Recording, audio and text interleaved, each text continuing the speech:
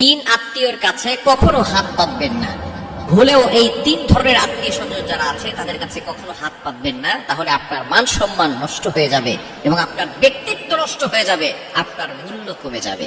যদি আপনি আপনার ব্যক্তিত্ব ধরে রাখতে চান, যদি আপনি আপনার মূল্য ধরে রাখতে চান, আপনার সম্মান ধরে রাখতে চান, তাহলে কখনো এই তিন শ্রেণীর মানুষের কাছে, আত্মীয় স্বজনের কাছে আপনি কখনো হাত পাতবেন না। যদি আপনি কষ্টে পড়ে যান, বিপদে পড়ে যান, আল্লাহর কাছে চান। আমরা বিপদে পড়ার সাথে সাথে টাকা পয়সা লাগলে আমরা বড়লোক যারা আত্মীয় স্বজন আছে তাদের কাছে ছুটি না, আপনি আল্লাহর কাছে আগে বলেন। প্রথমে ওযু করেন, 2 রাকাত নামাজ পড়ে আল্লাহর কাছে বলেন, আল্লাহ আমি তো বিপদে পড়ে গেছি, আল্লাহ তুমি তো আমার রব, রব থাকতে টেনশন কিসের? যখনই বিপদে পড়বেন মনে করবেন আপনার একজন রব আছেন, আপনার একজন প্রভু আছেন, আপনার একজন সৃষ্টিকর্তা আছেন, আপনার একজন আল্লাহ আছেন। তাহাজ্জুদের নামাজে 2 রাকাত নামাজ পড়ে সিজদায় করে আল্লাহর কাছে কান্না করেন, ওই সময় আল্লাহ তাআলা প্রথম আসমানে এসে বান্দাদেরকে ডাকতে থাকেন। কিন্তু আমরা ওই সময় আল্লাহর কথা শুনি না, আমরা আল্লাহকে ডাকি না, আমরা আল্লাহর ইবাদত করি না, আল্লাহর কাছে চাই না, মানুষের কাছে চাই। আপনি চাইতে পারেন বিপদে পড়লে, তবে তিন আত্মীয় স্বজনদের কাছে চাইবেন না। নাম্বার 1, 1 নাম্বার হচ্ছে, যদি আপনি বিবাহিত হন কখনো আপনার শ্বশুরের কাছে হাত পাতবেন না।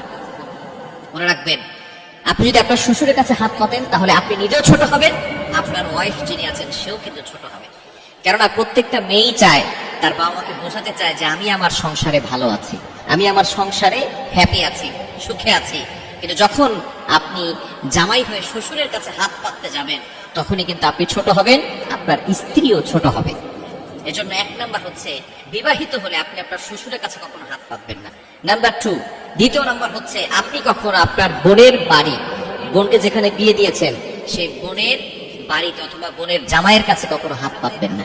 তাহলে আপনার বোনের মান সম্মান নষ্ট হয়ে যাবে, আপনার বোনের ব্যক্তিত্ব নষ্ট হবে, আপনার ব্যক্তিত্ব নষ্ট হবে, আপনার মূল্য কমে যাবে, আপনার সম্মান কমে যাবে।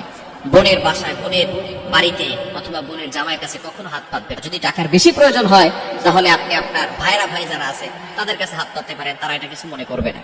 তবে আপনার বোনের জামাইয়ের অবশ্যই এটা বিষয় নিয়ে কিন্তু আপনাকে কটাক্ষ করবে, আপনাকে কিন্তু আঘাত করতে পারে।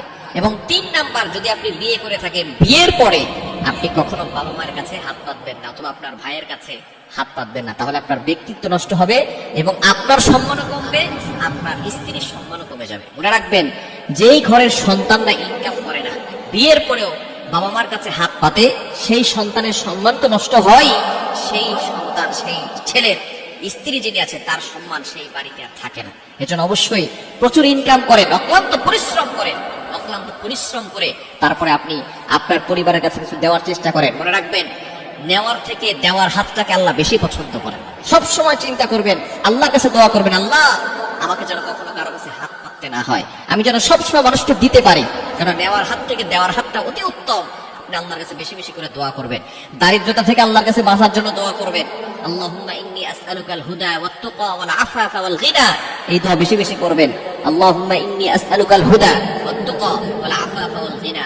এটার মাধ্যমে আল্লাহ তাআলা আপনাকে অনেক বেশি দান করবেন, ধনী বানিয়ে দিবেন, হেদায়েত দান করবেন, সঠিক পথ দেখাবেন এবং আল্লাহ তাআলার ভয় অন্তরে ফিট করাবেন।